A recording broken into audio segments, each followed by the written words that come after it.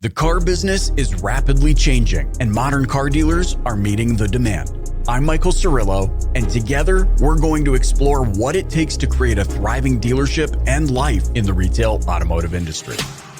Join me each week for inspiring conversations with subject matter experts that are designed to help you grow.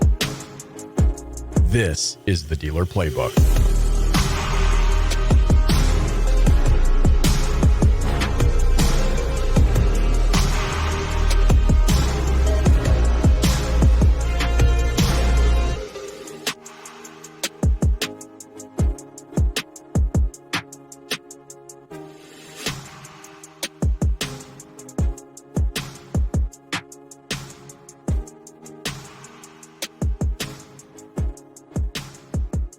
On this episode, I'm glad to be joined by someone who has vast industry experience working in various OEM roles, including Group Vice President of INFINITI Americas, Chairman of INFINITI Motor Company, and who now currently serves as the Vice President of U.S. Marketing and Sales for Nissan North America.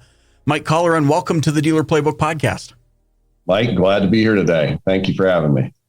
Now, I see you on Fox News and all of the news, and I think, what in the world did I do to deserve this this interview? And I'm so excited you're here. I do have one question to kick this off. You know, since your days working at Saab Automobile and Cadillac to present, I'm curious about what shifts you've witnessed or experienced in the industry up to this point, and whether or not there was any sense that those shifts or pivots were coming as you were working in those various roles. Okay, that's great, and for someone that's been in the industry for 30 some odd years, and actually, if you go back even further in my career, prior to some military service, I grew up in an automotive family, so I've seen a lot of those shifts, and probably the one that is the most impactful is the one that you're seeing right now, and we're seeing that shift clearly from what has been for the last 100 years internal combustion engines to electric vehicles and alternate powertrains, and that shift has been, I think, extremely transformative for the industry.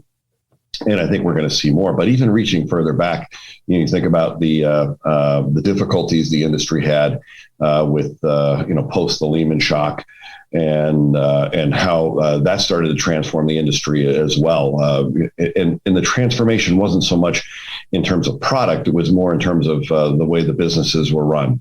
They moved from a larger, higher capacity, in some cases over capacity, and extremely high fixed costs to a much more leaner approach to the business and a more global approach to the business. And we saw that with platforms starting to be commonized and utilized across a larger space. And of course, even in between that, you saw the transformation as we started to move I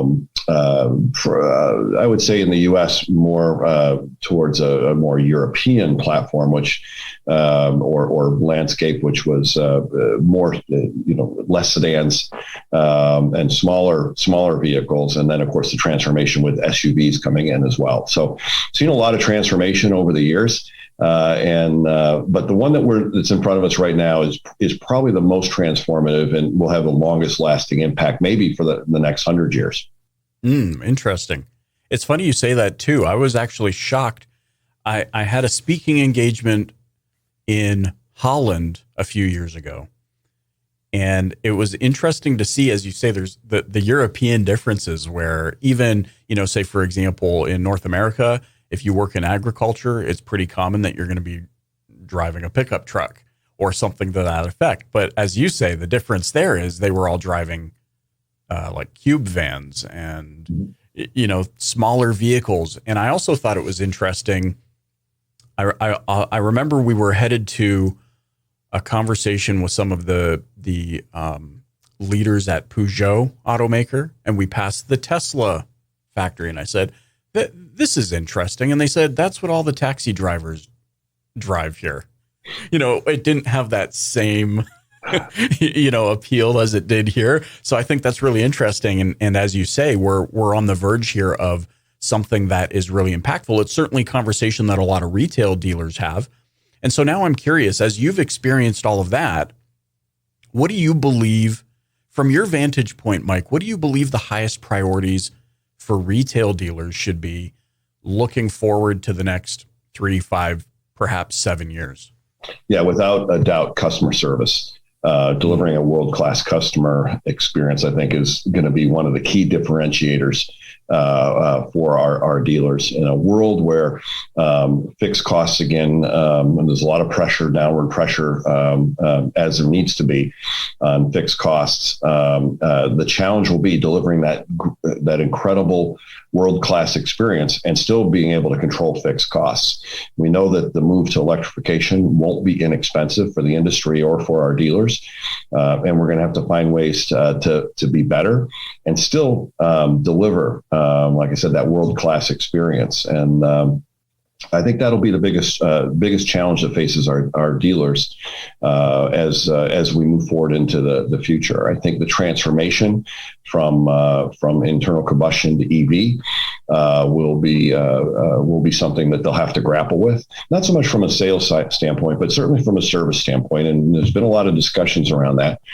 Some alarmist and some, I would say, more moderate, as EVs still need to have work, and consumers will have other opportunities as well within the EV space, and dealers will be able to leverage that opportunity and create new streams of revenue, and dealers will need to transform to some extent. And we're certainly see it within our own industry. I mean, think about it. We've been for 100 years primarily relying on mechanical engineers, and now we got to rely on chemists and electrical engineers. So completely rethinking the business from top all the way through. And dealers, I think, that will stand out will be the ones that deliver just world-class, unapproachable customer experience. I think this is so amazing. We recently did a study.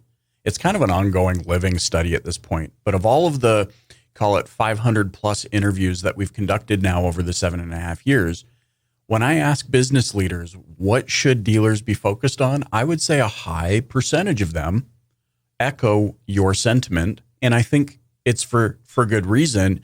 We don't get to have the same vantage point that someone sitting in your seat does. And so to hear it from you just adds extra validation around the importance of customer service. I do have a question on the back end of that, which is, as you've been discussing EVs and the shift towards that and the pivot from mechanical engineers to chemists and, electrical and all of those sorts of things.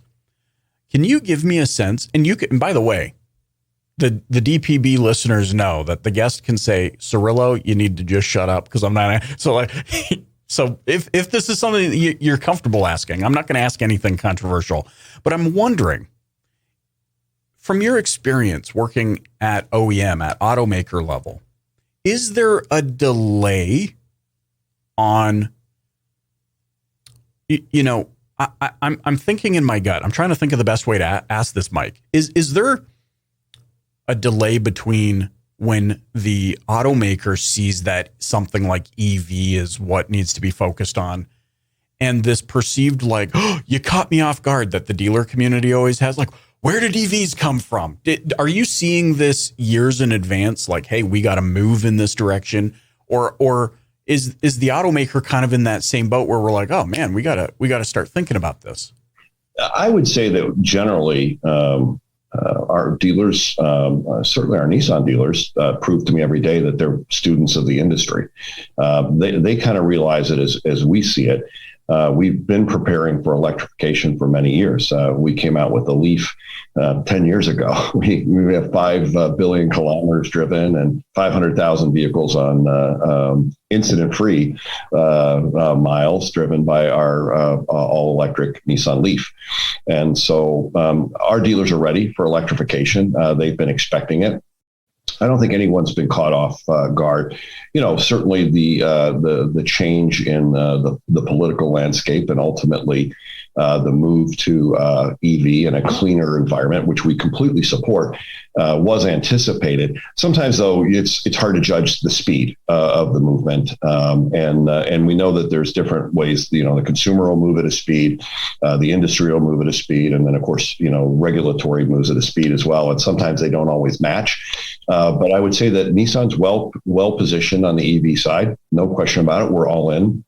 You may have seen the announcement we made the other day in the UK about EV 360, which is a brand new battery electric SUV in a partnership with Sunderland, 100% renewable microgrid. So we're really investing really hard into EV. And of course, we have the all new Aria coming here in less than a year, a battery electric crossover, which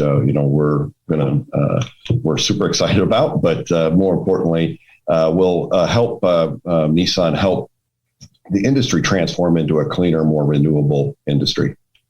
I'm really glad that the Nissan execs saw my feedback request that I have a daughter named Aria and that you should absolutely name a vehicle.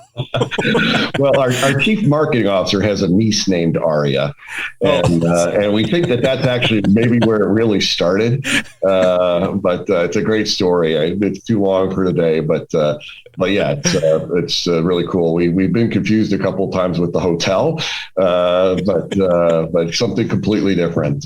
So we're super excited to bring that to market, and we start our reservation program here in just a few months. So. I know when she comes of age, she's only 8 years old now, but I'm already anticipating an Aria sitting in my driveway for Aria. Well, let's get her on the list. Yeah, we'll have to get her on the list. It's funny you say that too, because I remember when I was I think they had just built that Aria hotel, and we were expecting my daughter, and it was actually my first ever paid speaking engagement was at the Aria. And when I came home, my wife said, "I think we should name her Aria." And I said, everybody's going to say that we named her Aria because of, for some reason, my first gig was, and that never came true. That's just me manifesting nothing. I want to touch on something that you had mentioned earlier, just quickly in passing, and that was your time in the military. I first want to thank you for that. But it also brings up something that I think is really interesting. You, having served as a Marine Corps captain, would understand way better than I do the Marine motto of Semper Fidelis. And I'm wondering if that experience has had an impact, or particularly around that model, or that motto rather. Has that had any impact on your leadership style and how you create culture and workplace environments? Mike, great question. 100% yes. Semper Fidelis, always faithful, and never lost those ties to my past, and still stay close to the past as well. But certainly helps me every day.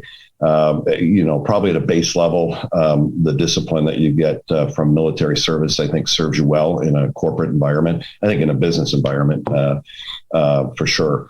But I always challenge my team to lead from the front. You can't lead from the chair that I'm sitting in right now, but it's not where you need to lead from. You need to lead from the front, be present in the industry, as we say in the Japanese business, walk the gemba, which is be there with the frontline troops. And then I have a philosophy as well as train your people well, and then let them run. The people will always amaze you, and they always surpass my expectations. But and this is a watchword for all leaders, I think: inspect what you expect. And if you do those things, you typically tend to be successful. So, I see my military service as a booster to my career. And there's really not a day that goes by where I don't draw on some experience from my past to improve our future. Great. I think this is so tremendous. I mean, I have so many questions along that lines, but I will spare them. Perhaps for another time. I'd love to. Perhaps we'll cross paths in person, and I'll pick your brain. But something you said really intrigues me because I believe in it so deeply. As I've built my business and we've placed emphasis on the training and process implementation and kind of developing that muscle within people. I know this is something that some leaders struggle with, which is thinking that the training they've offered is adequate, but then also being quick to fire people without, perhaps internalizing, did I do my part? How do you navigate that as a leader? How do you balance that so that you do have a genuine sense of whether or not you empowered or got in the way of an individual from performing at their best? Well, individual performance is tough to talk about, but from a standpoint, when you think about the group and individuals within the group, it's my philosophy is just train, always be constantly training, be ready for the future. And training may be more important now than ever. If you think about what we talked about earlier and the move to electrification, there's a deep need to, in my opinion, train even more.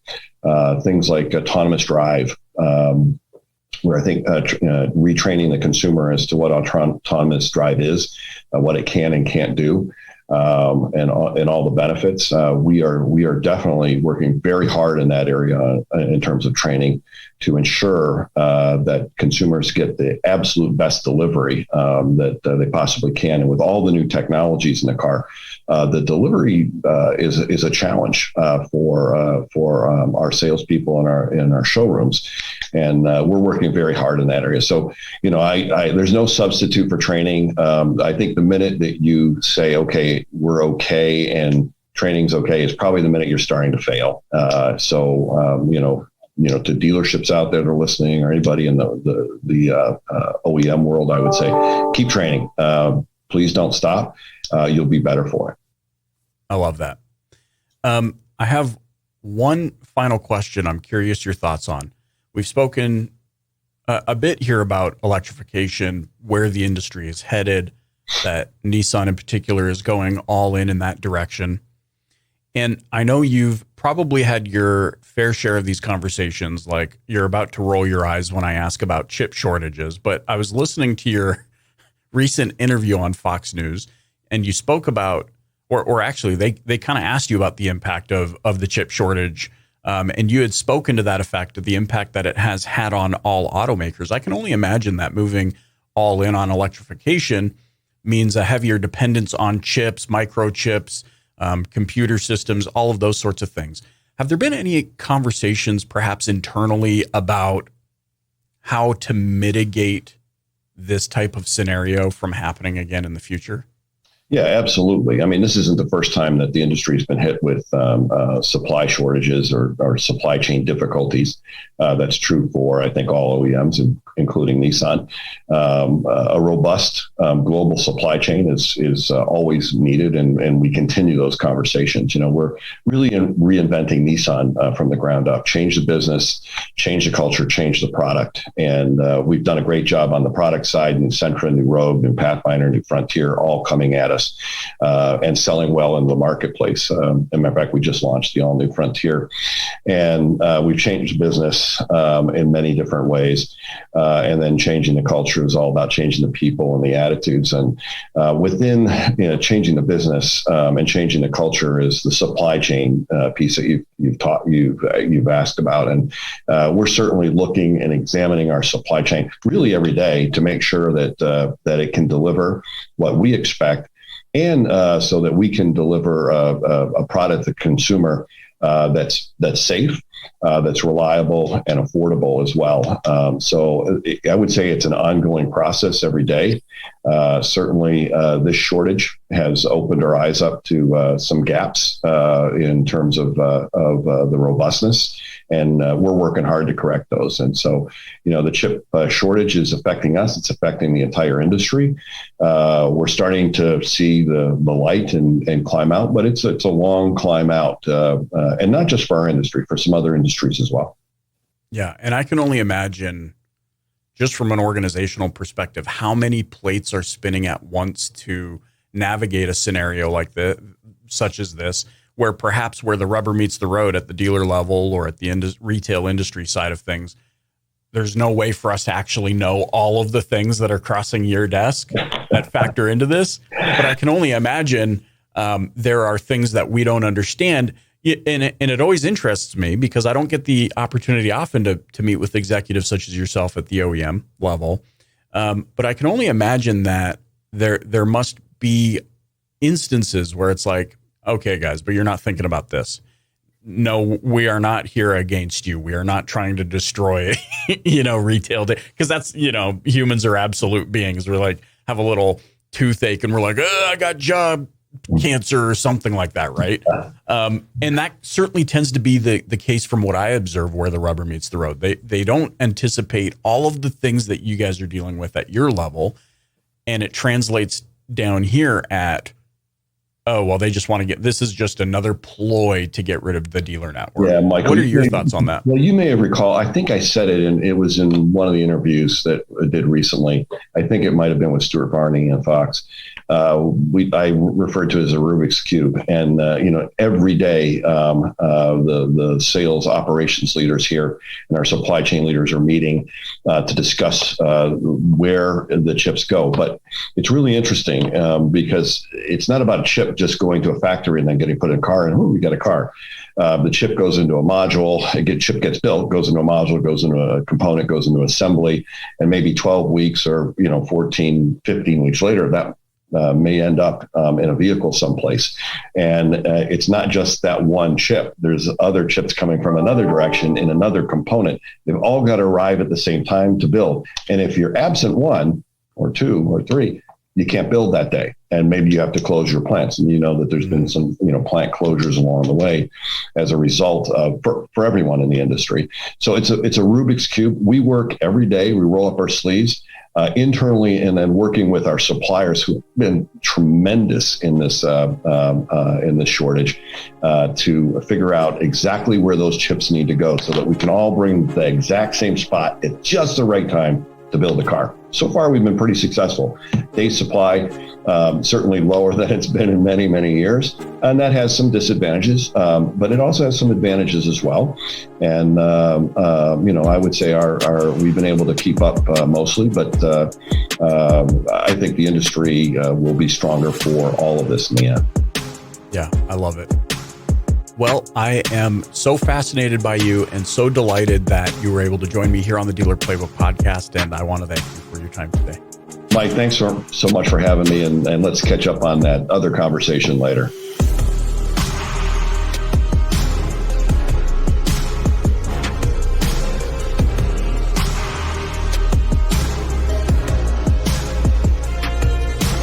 I'm Michael Cirillo, and you've been listening to the Dealer Playbook podcast. If you haven't yet, please click the subscribe button wherever you're listening right now. Leave a rating or review and share it with a colleague. Thanks for listening.